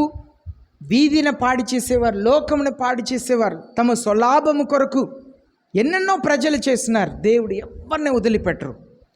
కానీ తన పిల్లలకైతే న్యాయం చేయబోతున్నారు. దేవుడు ఆశీర్వాదం ఇవ్వబోతున్నారు. మనం ఓపికతో దేవుని సన్నిధిలో ఉండాలి. దేవుడు నాకు న్యాయం చేస్తారు. దేవుడు నాకు న్యాయం చేస్తారు. ఓపికతో ఉండాలి. దేవుని సన్నిధిలో కూర్చొని ప్రార్థన చేయాలి. కొన్నిసారి మనం మానవులం నిస్సహాయమైన పరిస్థితిలో, ఏమి చేయాలని తెలియని పరిస్థితిలో పోలీస్ దగ్గర వెళ్తామా అని చెప్పి అనిపించేది. కానీ నిజముగా దేవుని సన్నిధిలో కూర్చొని కన్నీళ్లు కార్చి ప్రార్థన చేస్తే మన పక్షమున దేవుడు యుద్ధం చేస్తారు. ఒక వారం క్రితం దేవుడు నాతో యెహోషాబాత్ రాజు గురించి మాట్లాడుతున్నారు. ఆ యెహోషాబాత్ రాజుకు విరోధముగా ప్రజలు యుద్ధమునకు వచ్చారంట. ఆ యెహోషాబాత్ రాజు, నేను యుద్ధం చేయటం నా చేత కాదు, నా వల్ల కాదుని దేవుని సన్నిధిలో ప్రజల్ని కూర్చోబెట్టి ఉపవాసం ఉండి ప్రార్థన చేశారంట. దేవుడే వాళ్ళని తరిమేశారు. మన దేవుని సన్నిధిలో ఉపవాసం ఉండి ప్రార్థన చేయగా మనకు విరోధముగా సాతానుడు లేచినప్పుడు మన పక్షమున దేవుడే స్వయంగా పోరాడతాడు. సాతానుడితో మనం పోరాడలేం. మనకంటే డబ్బు కలిగిన వారితో మనం పోరాడగలుగుతామా? మనకంటే భయంకరమైన చెడ్డవాళ్ళతో మంచివారు గొడవ పెట్టగలుగుతారా? కాలువ ఉందండి, కాలువలో పెద్ద రాయి తీసేస్తే ఏమైద్ది? ఏమైద్ది నాన్న? కాలువలో పెద్ద రాయి వేస్తే మన మీద పడిద్ది కదా, మన మీద పడిద్ది. అవునా కదా? మీకు ఎలా అనిపించింది? కాలువలో రాయి పడితే రాయి మునిగిపోయిద్ది. అదే కదా చాలామంది అనుకున్నారు. కాలువలో రాయి పడేస్తే రాయి మునిగిపోయిద్ది. చాలామంది అదే అనుకున్నారు. ఆ కాలువ మన మీద పడిద్ది. మనం దేవుని సన్నిధిలో కూర్చొని ప్రార్థన చేయాలి. ఉపవాసం ఉండి ప్రార్థన చేయాలి. నా పక్షమున కార్యం చేయండి. దేవుని మందిలో ప్రతి సమస్యకు పరిష్కారం ఉంది. దేవుని సన్నిధిలో ప్రార్థన చేసే ప్రతి ప్రార్థనకు యేసయ్య జవాబిస్తారు. ఒక సమయం వస్తుంది, ఈ లోకం దేవుని రాజ్యముగా మారుటకు యేసయ్య వేచి ఉన్నారు.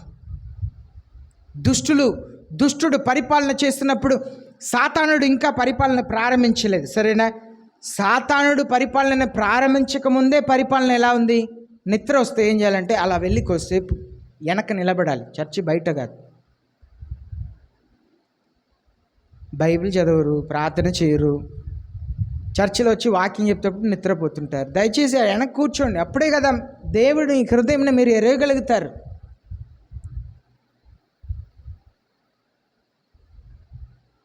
దేవుడు ఓపిక పట్టినట్లుగా మనం ఓపిక పట్టాలి. సాతానుడు ఇంకా పరిపాలించలా. సాతానుడు పరిపాలించక ముందే అన్నీ ఎలా ఉంది? అన్నీ ఎలా ఉందండి? చెడిపోయి ఉంది. పోయిన సంవత్సరానికి ముందున సంవత్సరం అనుకుంటున్నాను, ట్రాన్స్ఫర్ ఇస్తారు కదా ఉద్యోగంలో. ట్రాన్స్ఫర్ ఇస్తే చాలామంది నేను ఇక్కడే ఉండాలి అని అనుకొని పెద్దవాళ్ళకు లంచం ఇచ్చి అక్కడే ఉండిపోయారంట. ఇప్పుడు కొత్త ఆయన పరిపాలనకు వచ్చిన తర్వాత 5 సంవత్సరాల పైన ఉన్న వాళ్ళందరినీ ట్రాన్స్ఫర్ చేస్తున్నారంట. అవునండి, నిన్న నైట్ న్యూస్లో. అప్పుడు ఈయనే ఇంకా 10 సంవత్సరాలు పరిపాలన చేస్తారు అని అనుకొని లంచం ఇచ్చిన వాళ్ళ సంగతి ఏంటి? అర్థమవుతుందా నేను చెప్పేది? కొంచెం ఆలోచన చేస్తేనే కొన్ని అర్థమైంది. సాతానుడు పరిపాలన మొదలు పెట్టలేదు. ఆయన పరిపాలనకు ముందే ఇలాంటి చెడులు జరుగుతున్నాయంటే సాతానుడే వచ్చి పరిపాలన చేస్తే ఎలా ఉండిద్ది ఆలోచన చేయండి. లోకం అంత దుష్టతనముగా మారిపోతాయి, అంత చెడ్డ లోకముగా మారిపోతుంది. కనుక దేవుని పిల్లలు ఓపికతో ఉండండి. మీ రక్షణ వస్తుంది, మీ నిరీక్షణ వస్తుంది. యేసయ్య చెప్పారు, అంతవరకు సహించేవాడే రక్షించబడతారు. మనల్ని చాలామంది అడుగుతారు కదా, క్రైస్తవులు వేరే మీరు రక్షించబడ్డారండి అని అడుగుతారు. రక్షించబడ్డారంటే ఈ రక్షణ కొనసాగించాలి. నేను యేసయ్య నమ్ముకున్నాను, దేవుని వాక్యంకు లోబడి బాప్తిసం పొందుకున్నాను. ఆ రక్షణ ఎలా కొనసాగించాలి? ఇంట్లో జ్ఞానం కలిగిన స్త్రీగా ఉండాలి.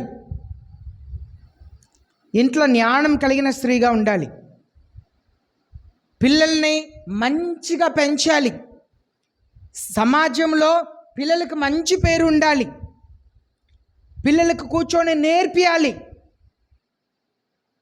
అత్తగారు మామగారిని ప్రేమతో చూసుకోవాలి. ఇల్లు కట్టేటప్పుడే నా అత్తగారు మామగారు వృద్ధాప్యం వస్తే వాళ్ళ ఇంటి ముందు ఒక పంచేసి అక్కడ పండ పెట్టాలి. ఎందుకంటే వాళ్ళు టాయిలెట్ వెళ్తుంటారు, వాళ్ళకి స్నానం చేయాలి, వాళ్ళని మోయలేము అనేటట్లు ఆలోచన చేయకుండా ముందే ఆలోచన చేయాలి. వాళ్ళ వృద్ధాప్యంలో నేను చూసుకోవాలంటే వాళ్ళకి ఒక ప్లాన్ చేయాలి. అదే ప్రేమ అనేది. దేవుని పిల్లలు దేవుని పద్ధతి ప్రకారంగానే ఆలోచన చేయాలి, దేవుని మార్గంలోనే నడుచుకోవాలి. లేకపోతే నేను క్రైస్తవురాలను బైబిల్ పట్టుకొని రావటం వలన, బల్ల తీసుకోవటం వలన పరలోక రాజ్యం వెళ్ళరు. యూదా ఇస్కారియోతు బల్ల పొందుకున్న తరువాత సాతానుడు ఆయనలో ప్రవేశించాడంట. కనుక నువ్వు బల్ల తీసుకుంటున్నావు కనుక నువ్వు దేవుని రాజ్యం వెళ్ళవు. సంఘంలో మంచి స్త్రీగా మంచి పురుషునిగా చక్కగా కూర్చుండటం వలన నీ దశభాగం కాணிక వలన పరలోకం వెళ్ళవు. జీవితం యేసయ్యకు ఇష్టకరంగా ఉండాలి. ఇతాలియా దేశం నుండి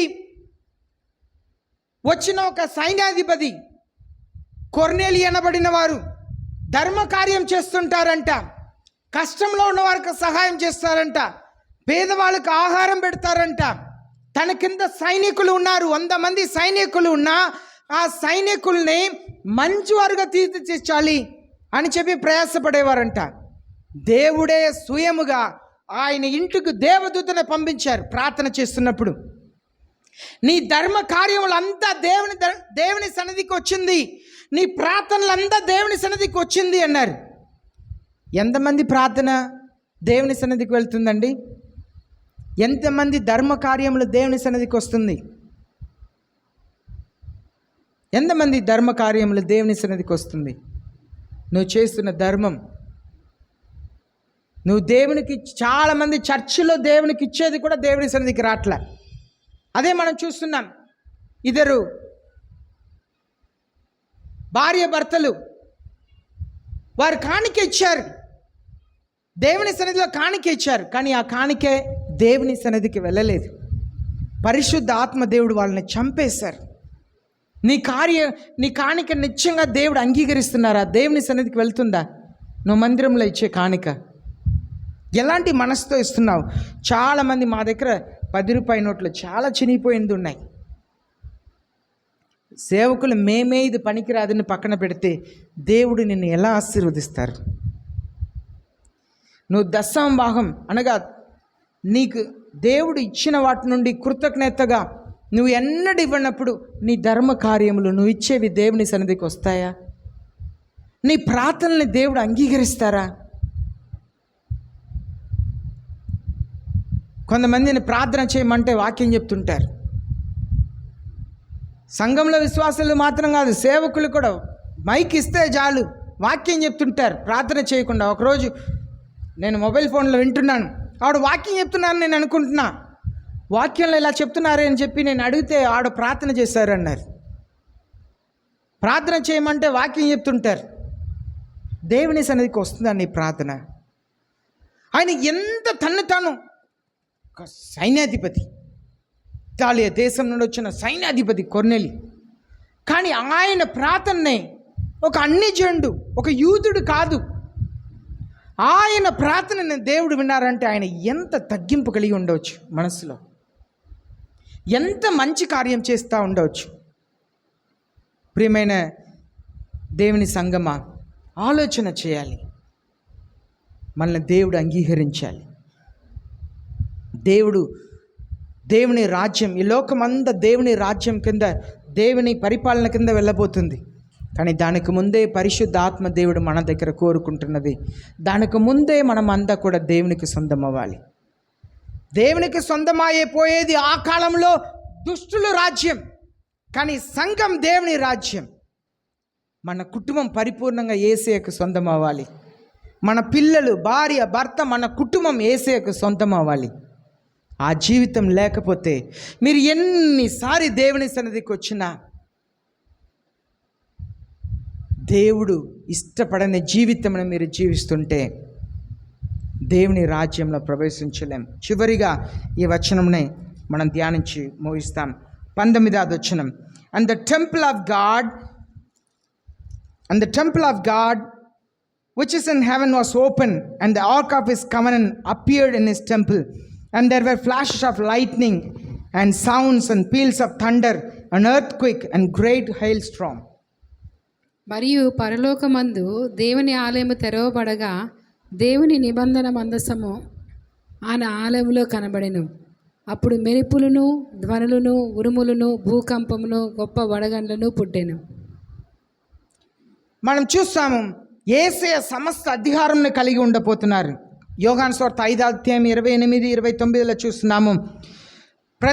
మరణించిన ప్రతి ఒక్కరు కూడా ఆయన స్వరంను వినే కాలం ఒకటి వస్తుంది. అలాగనే ఎవరెవరు ఆత్మీయంగా చనిపోయి ఉన్నారో వాళ్ళందరూ కళ్ళు తెరవబడబోతున్నాయి. మలాకి రాసిన 3వ అధ్యాయం 16, 17, 18 వచనంలో చూస్తున్నాము. ఆ దినంలో దేవుడు మంచి వారికి చెడ్డ వారికి విభజన చేయబోతున్నారంట. చూడండి, ఆ ఒక వచనం చదువుదాం. మలాకి రాసిన 3వ అధ్యాయం 16, 17, 18 వచనంలో చదువుదాం. మలాకి రాసిన, తీసుకున్న వాళ్ళు వెన్నే చదివి వినిపేయండి. మలాకి రాసిన 3వ అధ్యాయం చదవండి. యెహోవా యందు భయభక్తులు గలవారు ఒకరితో ఒకరు మాట్లాడుకొనుచుండగా యెహోవా చెవియొగ్గి ఆలకించెను. మరియు యెహోవా యందు భయభక్తులు కలిగి ఆయన నామమును స్మరించు ఉండు వారికి జ్ఞాపకముగా ఒక గ్రంథము ఆయన సముఖమందు వ్రాయబడెను. నేను నియమింపబోవు దినము రాగా వారు నా వారై నా స్వకీయ సంపాద్యమై ఎందురు. తండ్రి తన్ను ప్రేమించు కుమార్ని కనికరించినట్లును నేను వారిని కనికరింతునని సైన్యములకు అధిపతి యెహోవా సెలవిచ్చున్నాడు. అప్పుడు నీతి గలవారెవరో దుర్మార్గులెవరో దేవుని సేవించు వారెవరో ఆయన సేవింపని వారెవరో మీరు తిరిగి కనుగొందురు. యేసు రక్తం జయం. ఇక్కడ మనం చూస్తున్నాము, దేవుని వాక్యంలో మనం చూస్తున్నాము, ఒక టైం వస్తుందంట, నీతి కలిగిన వారికి అనీతి కలిగిన వారికి దేవుడు వేరుపరిచే కాలం వస్తుంది. ఈనాడు మనం అందరూ కూడా దేవుని సన్నిధిలో కూర్చున్నాం, కానీ ఎంతమంది వైరాగ్యం కలిగి దేవుని కొరకు జీవిస్తున్నాం, ఎంతమంది దేవుని సన్నిధిని నిర్లక్ష్యం చూస్తున్నాం. ఒక విభజించే కాలం ఒకటి వస్తుంది. జాగ్రత్త పడాలి. మనం దేవునికి మనల్ని మనం సమర్పించుకోవాలి. దేవుని వాక్యంలో మనం చూస్తున్నాము, దేవుడు మంచివారు చెడ్డ వాళ్ళని అందరినీ ఎరిగి ఉన్నారు, కానీ విభజించే కాలం ఒకటి వస్తుంది. 1 కొరింథీ పత్రిక 3:17 మనం చూస్తున్నాము, దేవుని మందిరంని పాడు చేసే వారిని దేవుడు పాడు చేస్తారంట. కనుక జీవితంలో జాగ్రత్త కలిగి ఉండాలి. దేవుని సన్నిధిలో మాట్లాడేది కానీ చేసే కార్యములంతా కూడా దేవుడు అంగీకరించే కార్యములుగా ఉండాలి. ఎఫెసీయులకు రాసిన 4:22 చదువుతున్నాము, మనలో ఉన్న పాత స్వభావం మనలో లేవకూడదు. అది ఉంటే అది మనల్ని పాడు చేస్తానే ఉండిద్ది. పాత గుడ్డతో కొత్త గుడ్డనే మనం కుట్టకూడదు. పాతవి పారేయాలి. పాత జీవితంనే యేసయ్య సన్నిధిలో, ఆ కల్వరి కొండలో యేసయ్య సిలువ దగ్గరే కాళ్ళ కింద పడేసేయాలి. పాత జీవితంను వదిలేయాలి. నూతనమైన జీవితంను ధరించుకోవాలి. లేకపోతే ఆ పాత స్వభావం మన జీవితంని పాడు చేస్తాయి, దేవునికి విరోధముగా మనల్ని తీసుకెళ్తాయి. ఇక్కడ మనం చూస్తున్నాము, చివరిగా దేవుని పరిపాలనలో ఉండపోయేవారు అక్కడ ఒకటిని చూపిస్తున్నారు. పరలోకంలో ఒకటి కనిపిస్తుంది, అక్కడ మందస్సం ఉందంట. ఆ మందస్సం అనగా ఇశ్రాయేల్ ప్రజలకు దేవుడు ఏర్పరిచిన ఒక పెట్టి. ఆ మందస్సం అంటే దేవునికి భయపడే ప్రజలు. ఆడ పరలోకంలో ఒక దేవుని మందిరం కనిపిస్తుందంట. ప్రకటన గ్రంథం 21:22 చూస్తున్నాము, పరలోక రాజ్యంలో దేవుని సన్నిధిలో అక్కడ మందిరం ఏమీ ఉండదు, దేవుడే వారి ఆలయముగా ఉంటారని. కానీ ఇక్కడ యోహాను చూస్తున్న మందిరం ఏంటంటే దేవుని యొక్క మహిమని ఆయన కనపరుస్తున్నారు, దేవుని యొక్క శక్తి, దేవుని యొక్క మహోన్నత్వం. అదే ఇక్కడ చూస్తున్నాం, ఫ్లాషెస్ ఆఫ్, అక్కడ ఉరుములు వస్తుందంట, మెరుపులు వస్తుందంట. ఇవి అంతా కూడా దేవుని యొక్క శక్తిని చూపిస్తుంది, ఆయన ఎంత గొప్ప దేవుడిని చెప్పి చూపిస్తుంది. కనుక మనం ఈ లోకంలో ఉండే కాలం కొంచెం కాలమే. మనం చివరికి వచ్చేసాం, లోకంలో అంత్య దినముకు వచ్చేసాం. భయంకరమైన 3 విషయములు జరగబోతున్నాయి. 3 విషయములు జరగబోతున్నాయి. 3లో 1 భాగం మనుషులు చనిపోతున్నారు. 3లో 1 భాగం చెట్లు పచ్చిగా ఉన్న అన్నీ నాశనం అయిపోతున్నాయి. 3లో 1 భాగం సముద్రంలో ఉన్న నౌకలు జలరాశులు చనిపోతున్నాయి. ఎప్పుడైతే ఈ చెట్లంతా నాశనం అయిపోతుందో గాలి కల్మిషం అయిపోతుంది. 3లో 1 భాగం 3 విషయములు జరగబోతుంది. భయంకరమైన యుద్ధం ఒకటి రాబోతుంది. లోకం మీది భయంకరమైన యుద్ధం ఒకటి రాబోతుంది. 3వది ప్రపంచ యుద్ధం. 2వదిగా భయంకరమైన కరువు రాబోతుంది. ఆ కరువు ఎంత భయంకరంగా ఉండబోతుందంటే ఈ లోకం భయంకరంగా చెడిపోతుంది. 3వదిగా భయంకరమైన తెగులు ఒకటి రాబోతుంది. ఈ యుద్ధంలో, కరువులో, తెగుల్లో 3లో 1 భాగం మనుషులు చనిపోతున్నారు. 3లో 1 భాగం ఈ సృష్టి నాశనం అయిపోతుంది. 3లో 1 భాగం సముద్రం పాడబోతుంది. ప్రియమైన దేవుని జనమా, మన జీవితం ఇంకా కొంచెం కాలం మాత్రమే. ఎప్పుడు దేవుడు పరిపూర్ణంగా దీన్ని అనుమతించబోతున్నానని తెలియట్లేదు, కానీ మన ముందు జరుగుతున్నాయి, మన కళ్ళెదురుగా, మన చెవు వినబడేటట్లుగా కార్యములు దగ్గరకు వస్తున్నాయి. యేసయ్య ఈ లోకమున 7 సంవత్సరాలు సాతాను చేతిలో పెట్టే కాలం చాలా దగ్గరగా ఉంటుంది. దేవుని పిల్లలు ఇంకను నిర్లక్ష్యమైన జీవితం జీవిస్తుంటే మనం విడవబడతాం. యేసయ్య తన సంఘంను ఎత్తుకొని వెళ్ళుటకు వస్తున్నారు. Be prepared to escape the wrath of God. దేవుని కోపం నుండి తప్పించుకోవటానికి మిమ్మల్ని మీరు సిద్ధపరచుకోవాలి. శ్రమల్ని సహించాలి, శ్రమల్ని భరించాలి, ఓర్చుకోవాలి. చాలామంది నా భర్త అనుమానిస్తున్నాడు కనుక నేను విడాకు తీసుకుంటున్నాను, భర్త నాకు ఏమి రూల్ పెట్టకూడదు, అలాంటి బట్టలు వేసుకోవద్దు, మంచి బట్టలు వేసుకో, నీ ఒళ్ళుని కప్పుకునేది ఎట్లా బట్టలు వేసుకో అంటే విడాకులు ఇస్తున్నారు. యవనస్తులు, క్రైస్తవులు, సేవకుల పిల్లలు, వాక్యంని బోధించేవారు పిల్లలు, లోకంలో ఉన్నవారు, అన్ని రకాల ప్రజలు ఈనాడు లోబడని స్థితిలో ఉన్నారు. దేవుని కోపం వచ్చే ముందు మన జీవితం మారాలి. ఓర్చుకోవాలి, ఓర్పు కలిగి ఉండాలి, సహనం కలిగి ఉండాలి, భరించాలి, దేవుని కొరకు నిలబడాలి, దేవుని కొరకు నిలబడాలి. దేవుని సన్నిధిలో కన్నీళ్లు కార్చి ప్రార్థన చేయాలి. Be the church for the Holy Spirit indwell in you. పరిశుద్ధ ఆత్మ దేవుడు నీలో నివసించుటకు దేవాలయముగా ఉండాలి.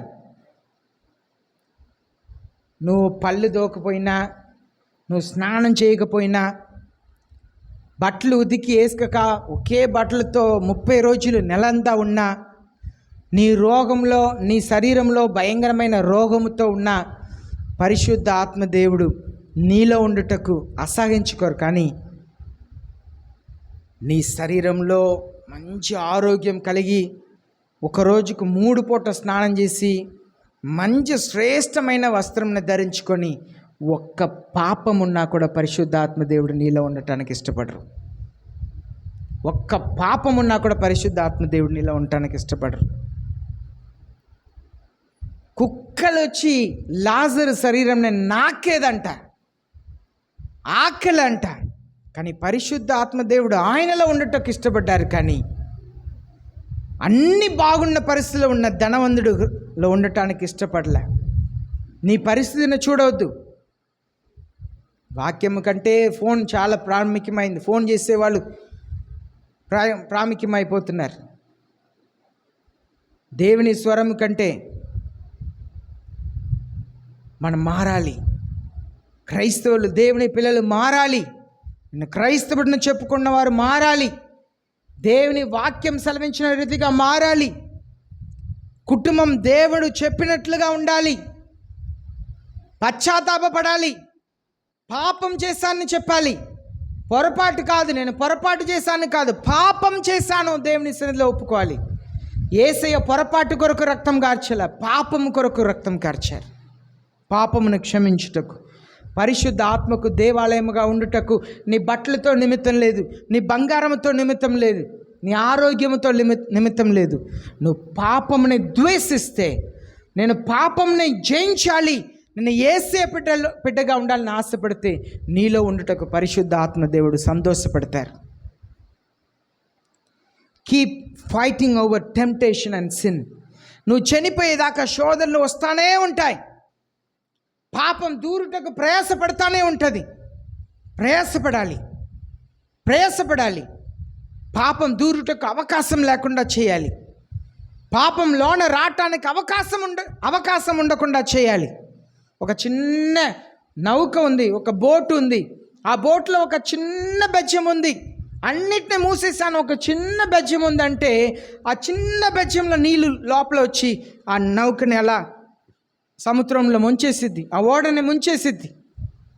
పాపం నీలో రాకుండా, నీ హృదయంలో రాకుండా, నీ ఇంట్లో రాకుండా, సంఘంలో రాకుండా జాగ్రత్త పడాలి. చిన్న చిన్న బెజ్జంని కూడా మూసివేయాలి. శోధన నుండి జయించుటకు ప్రయాసపడాలి. దానికే యేసయ్య పిలిచారు మనల్ని. మన అంత్య దినంలో ఉన్నాం, చివరి దినంలో ఉన్నాం. యేసయ్య కొరకు మిమ్మల్ని మీరు సిద్ధపరచుకోండి. మహాశ్రమ సంగమునకు జరగబోతుంది. అజాగ్రత్త కలిగిన జీవితంను జీవించే వారు అందరికీ మహాశ్రమ ఈ లోకంలో కలగపోతుంది. ఆ శ్రమ నుండి తప్పించాలంటే లూకా 21:36 అధ్యాయంలో, ప్రకటన గ్రంథం 3వ అధ్యాయం 10వ వచనంలో చెప్పినట్లుగా దేవునికి ఇష్టకరంగా జీవించే వారిని యేసయ్య తీసుకెళ్తారు. లేనిచో సంఘం శ్రమల్లో వెళ్ళి నువ్వు మారు మనసు పొందలేదంటే మహాశ్రమకు నిన్ను దేవుడు అప్పగిస్తారు. నువ్వు మారు మనసు పొందకపోతే నువ్వు ఊహించలేని శ్రమకు దేవుడు నిన్ను అప్పగించబోతున్నారు. కనుక యేసయ్య 1000 సంవత్సరమునకు ముందు ఈ లోకంలో ఉన్న అధికారం ఆయనకు ఇవ్వబడిన సంఘటనని మనం చూస్తున్నాం. ఆయన కొరకు వేచి ఉన్న వాళ్ళకి దేవుడు గొప్ప ఆశీర్వాదంని ఇచ్చే కాలం కొరకు మనం ఎదురు చూస్తున్నాం. ప్రియమైన సంగమా, జీవితంను మార్చుకోండి, మీ జీవితంను మార్చండి. దేవుని పిల్లలు ఒకరితో ఒకరు మాట్లాడేటప్పుడు ఎవరు వింటారంట? ఇప్పుడు చదివారు కదండి, యేసయ్య వింటారంట. దేవుని పిల్లలు ఒకరితో ఒకరు మాట్లాడేటప్పుడు యేసయ్య వింటున్నారంట. విని ఏం చేస్తున్నారు? విని ఏం చేస్తున్నారండి? యేసు రక్తం ఏం చేస్తున్నారు? విని జ్ఞాపకార్థ గ్రంథంలో రాసి పెట్టుకుంటున్నారంట. మనం మాట్లాడే మాటల్ని దేవుని పిల్లలను చెప్పుకున్న వారు మాటల్ని రాసి పెట్టుకుంటున్నారంట. మలాకి రాసిన 3వ అధ్యాయం 16, 17, 18 వచనాలను చూస్తున్నాం. దేవుడు విభజించబోతున్నారంట. యేసే ఒక ఉపమానం చెప్పారు. పనివాళ్ళు వచ్చారంట. పనివాళ్ళు విత్తనం విత్తారు, నిద్రపోయారు. లేచి చూస్తే ఆ గోధుమ గింజలతో పాటు గురుగులు కూడా ఉన్నాయంట. సార్, మీరు గోధుమలు కదా విత్తారు, గురుగులు మొలిచిందే అంటే యేసే చెప్పారు, సాతానుడు ఆ పనిని చేశాడు. అయ్యా, మమ్మల్ని వెళ్ళి పేరుకి వేయమంటారా? యజమాని చెప్పారంట, చేయొద్దు. గురుగులను తీసేటప్పుడు ఒక్కొక్కసారి గోధుమను కూడా మీరు తీసేస్తారు, నేను చూసుకుంటా, ఎదగనియండి. ఈనాడు సంఘం గోధుమలు ఉన్నాయి, గురుగులు ఉన్నాయి. నేను యేసయ్యను ప్రేమించే విశ్వాసిగా ఉండాలి, యేసయ్య కొరకు నేను జీవించాలని వైరాగ్యం కలిగిన గోధుమలు ఉన్నాయి. ఊరికనే సంఘమునకు వెళ్ళి వచ్చే గురుగులు కూడా ఉన్నాయి. అది సేవకుల్లో సరే, విశ్వాసుల్లో సరే. యేసయ్య ఈ మాటన చెప్పారు, దేవదూతల్ని పంపిస్తారంట, వాళ్ళు కోతకు వస్తారంట. దినములు వస్తాయి. నీ జీవితంను మార్చుకో, లేకపోతే ఆ గురుగుల్ని కోసి కట్టలు కట్టి దాన్ని నరకంలో పడేస్తారంట. బాప్తిసం ఇచ్చే యోహాను చెప్పారు, గొడ్డరి, ప్రతి చెట్టు, ఫలించని చెట్టు వేరు దగ్గర గొడ్డరి ఉన్నదంట. వేరు దగ్గర వేరుతో సగా దేవుడు తీసేస్తారు. మనం మారాలి.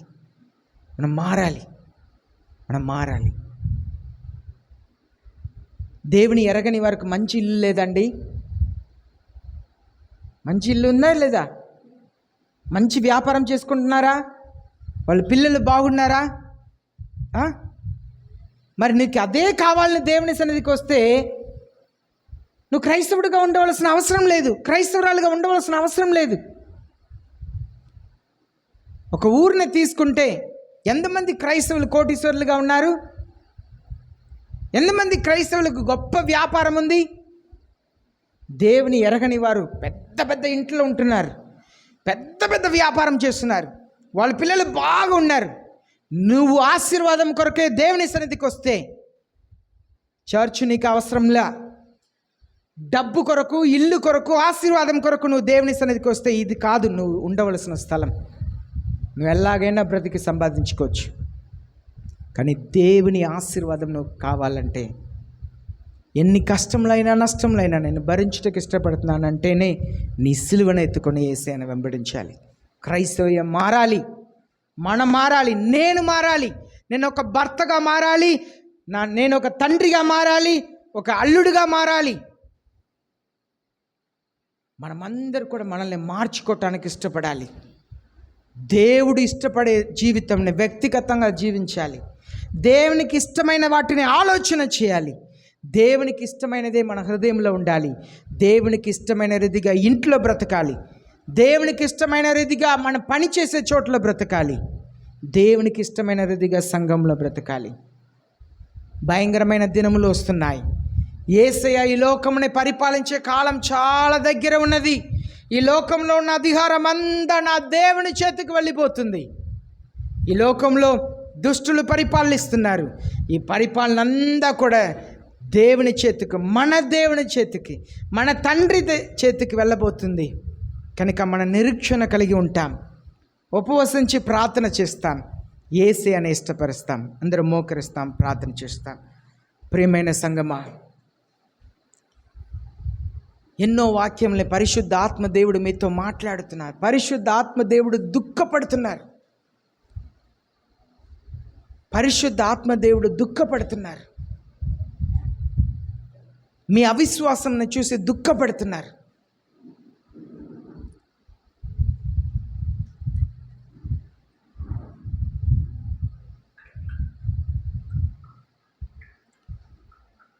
ఒక ఆఫీసర్ మీతో మాట్లాడుతున్నారు. సడన్గా ఫోన్ వచ్చింది. మీరు లేచి వెళ్ళి బయట మాట్లాడి తిరిగి వస్తే రాణిస్తారా? ముందు మీతో మాట్లాడతారా? కొరడ తీసి సేవకుడు నన్ను కొడుతున్నారని అనుకోబాకండి. మీరు యేసయ్యకు సొంతం అవ్వాలండి. సంఘం మారాలండి. దేవుని కంటే గొప్పది ఏమి కాదని ఎరగాలండి. పరిశుద్ధ ఆత్మదేవుడు సంఘంను బ్రతిమలాడుకుంటున్నారండి. తన సంఘంను బ్రతిమలాడుకుంటున్నారండి. విశ్వాసంలో ఎదగండి, మారు మనసు పొందండి, జీవితంను మార్చుకోండి. పరిశుద్ధ ఆత్మదేవుడు బ్రతిమలాడుతున్నారు. యేసయ్య త్వరగా వస్తున్నారు. ఎవరెవరు పరిశుద్ధ ఆత్మకు ఆలయంగా ఉన్నారో వారందరూ కూడా యేసయ్యతో వెళ్ళిపోతారు. పరిశుద్ధ ఆత్మదేవుడు కూడా వెళ్ళిపోతారండి. తర్వాత సంఘములో పరిశుద్ధ ఆత్మ స్వరం మీకు వినబడదండి. పరిశుద్ధ ఆత్మ స్వరం వినబడదు. ఆనాడు హేరోదు సింహాసనం నుండి కూర్చొని మాట్లాడితే ఆ యూదులందరూ కూడా దేవుని స్వరం, దేవుని స్వరం అన్నారంట. దేవదూత వచ్చి కొట్టితే పురుగులు పట్టి చచ్చాడంట. అదే పరిస్థితియే యేసయ్య వచ్చి సంఘంను ఎత్తుకొని వెళ్ళిన తర్వాత జరగబోతుంది. అప్పుడు కూడా సేవకులు భయంకరంగా రొమ్ము కొట్టుకొని వాక్యం చెప్తారు. కానీ తేడా తెలియాలి. పరిశుద్ధ ఆత్మ దేవుడు సంఘమునై బాగు చేయాలని మాట్లాడేటకును, ఒక మానవుడు మాట్లాడేటకును తేడా తెలియాలండి. సంఘమా మేలుకోండి, సంఘమా మేలుకోండి. ఒక సేవకునిగా మిమ్మల్ని ఆశీర్వదించి ఆశీర్వాదకరమైన మాటలు చెప్పి మిమ్మల్ని ఇంటికి పంపించటం పెద్ద విషయం కాదండి. కానీ దేవునికి ఇష్టం లేని సేవకునిగా, మిమ్మల్ని మోసం చేసే సేవకునిగా నేను మారిపోతానండి. అది నాకు వద్దు.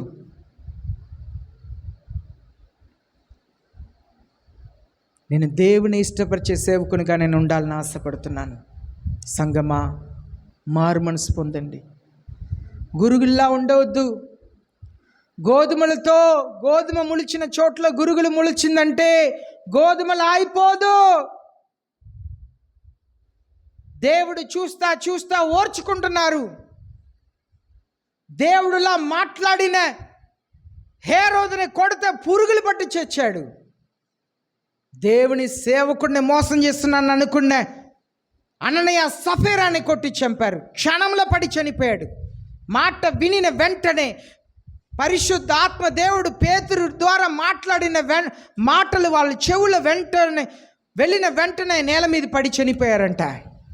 సేవకుడిని వదిలిపెట్టరు, విశ్వాసిని వదిలిపెట్టరు. దేవుడు నువ్వు మారు మనసు పొందకపోతే ఒక్కడిని కూడా వదిలిపెట్టరు. సంఘం మారాలి, మనం మారాలి. యేసయ్య కొరకు వైరాగ్యంగా జీవించే వరకు కష్టాలు వస్తాయి, అప్పులు ఉంటాయి, తినటానికి ఆహారం లేకపోవచ్చు, మీ రోగమును యేసయ్య స్వస్థపరచకపోవచ్చు. కానీ మీలో పరిశుద్ధ ఆత్మదేవుడు ఉంటారు. మీలో పరిశుద్ధ ఆత్మదేవుడు ఉంటారు. పరిశుద్ధ ఆత్మకు నీ దేహంలో, నీ ఆత్మలో చోటు లేక నువ్వు ఎంత మంచి తిండి తింటా, ఎంత మంచి వస్త్రాలు ధరించుకున్నా, నీ హృదయంలో చెడిపోయి ఉంటే నువ్వు ఒక గురుగున్నది గుర్తుపెట్టుకో. నువ్వు గోధుమలా కనిపిస్తున్నావు, కానీ నువ్వు ఒక గురుగు.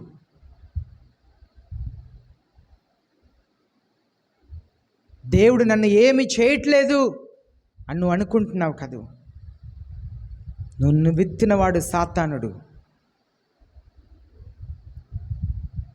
గోధుమలకు వెళ్ళవలసిన సారమునే నువ్వు బ్రతుకుతున్నావు సంఘంలో. ఆ పొలం గోధుమల కొరకు గోధుమల్ని విత్తారు, గోధుమల్ని పెంచాలని విత్తారు, కానీ గురుగులుగా సాతాండు విత్తాడు. నిన్ను నువ్వు పరిశీలన చేసుకో. ఎన్నడూ కూడా యేసయ్య యూదా ఇస్కారియోతు వెంటబడలా. నువ్వు చేసేది త్వరగా చేయి పో అన్నారు. పరిశుద్ధ ఆత్మ దేవుడు ప్రేమిస్తున్నారు కనుక నేర్పిస్తున్నారు. నేను హేరోదుకు చేసిన వాటిని సేవకుని దేవుని స్థానం నుండి మాట్లాడేవాడుకు నేను చేయిస్తాను. అననీయ సఫీరా జీవితంలో చేసిన దాన్ని నేను సంఘంలో చేస్తాను. కానీ నా తండ్రి ప్రేమను బట్టి నేను ఓర్చుకుంటున్నాను అంటున్నారు పరిశుద్ధాత్మ దేవుడు. ప్రేమైన దేవుని జనమా, మీ జీవితం నా యేసయ్యకి ఇవ్వండి. ఒక నిర్ణయం తీసుకోండి. నేను ఇంటికి వెళ్ళి మంచి భర్తగా ఉంటాను, మంచి భార్యగా ఉంటాను, మంచి తండ్రిగా ఉంటాను, మంచి తల్లిగా ఉంటాను, మంచి కోడలుగా ఉంటాను, ఓర్చుకుంటాం, భరిస్తా, ఉపవాసం నుండి ప్రార్థన చేస్తాను, దేవుని ప్రేమిస్తాను, నా నాలుకని జాగ్రత్తగా కాపాడుకుంటాను. యేసే చెప్పా, వ్యర్థమైన ప్రతి ఒక్క మాటలకు తీర్పు చెప్పాలని, లెక్క చెప్పాలంట ఆ తీర్పు దినంన. ఒక నిర్ణయం తీసుకోండి. నేను ఇంకా పాత జోలికి నేను వెళ్ళను. పాపం నన్ను పరిపాలించేదిగా నేను జీవించను. బైబిల్ చెప్పే రీతిగా, పరిశుద్ధ ఆత్మదేవుడు సేవకుని నోటి నుండి మాట్లాడే రీతిగా నేను బ్రతుకుతానని నిర్ణయం తీసుకోండి. యేసయ్య మిమ్మల్ని తోకగా కాదు తలగా చేస్తారు. ఈ లోకంలో ఒకవేళ మీకు గొప్ప బిల్డింగ్, గొప్ప ఆస్తి ఇవ్వకపోవచ్చు, మీరు పరలోకంలో ఉన్నప్పుడు మీ చుట్టూ గొప్పవారుగా ఉన్న వారందరూ కూడా తల ఎత్తి మిమ్మల్ని చూస్తారు నరకము నుండి. ఆ ధనవంతుడు ఈ లోకంలో ధనవంతుడే, కానీ నరకం నుండి తల ఎత్తి చూశాడంట లాజర్ని. నిన్ను తల ఎత్తి ప్రజలు చూసేటట్లుగా నిన్ను ఉన్నతమైన చోట్ల వేసి నిన్ను కూర్చోబెడతారు. నిన్ను నువ్వు దేవునికి సమర్పించుకో. కాలం ఇంకా ఎంత కాలం ఉంది తెలీదు. వచ్చే ఆదివారం ఇలా ఆ దేవుని వాక్యం వినకముందు ఏం జరిగితో తెలీదు. యేసయ్య రావచ్చు, లేదు ఈ లోకంను విడిచి మనం వెళ్ళవచ్చు, ఏదైనా జరగవచ్చు. ప్రేమైన దేవుని జనమా, నీ జీవితం యేసయ్యకు సమర్పించు. మహాప్రేమ కలిగిన మా పరలోకపు తండ్రి, పరిశుద్ధముల దేవ, మీ వాక్యంని అర్థం చేసుకునే కృపను దయచేయండి ప్రభువా. మాకు తగ్గింపు జీవితంను దయచేయండి. మీ రాకడలో ఎత్తబడే సంఘముగా చేయండి అయ్యా. ఎవరెవరు నిజంగా రోధిస్తున్నారో, తమ పాపముల గురించి, తమ కుటుంబంలో జీవిస్తున్న జీవితం బట్టి దుఃఖపడుతున్నారో, వారిని క్షమించి నీతిమంతులుగా చేయండి ప్రభువా. మమ్మల్ని మార్చండి, నన్ను మార్చండి. మా సంఘం అంతా కూడా మీకు ఇష్టమైన సంఘముగా మారాలి. పరిశుద్ధ ఆత్మదేవుడు మమ్మల్ని బట్టి సంతోషించాలి ప్రభువా. అటు కృపని మాకు దయచేయమని అయ్యా. దుఃఖముతో వచ్చిన వారికి ఆదరణ, ధైర్యమును దయచేయండి అయ్యా. సమస్యలతో వచ్చిన వారికి పరిష్కారం ఇవ్వండి. రోగముతో బలహీనతలో ఉన్న వారికి స్వస్థతను దయచేయండి ప్రభువా. సంఘంని కనికరించమని, సత్యంని ఎరిగే కృపను దయచేయమని యేసయ్య నామంలో ప్రార్థిస్తున్నాం మా పరలోకపు తండ్రి, ఆమేన్. పరలోకపు తండ్రి మనల్ని ఆశీర్వదించునుగాక. అందరూ లేచి నిలబడతాం.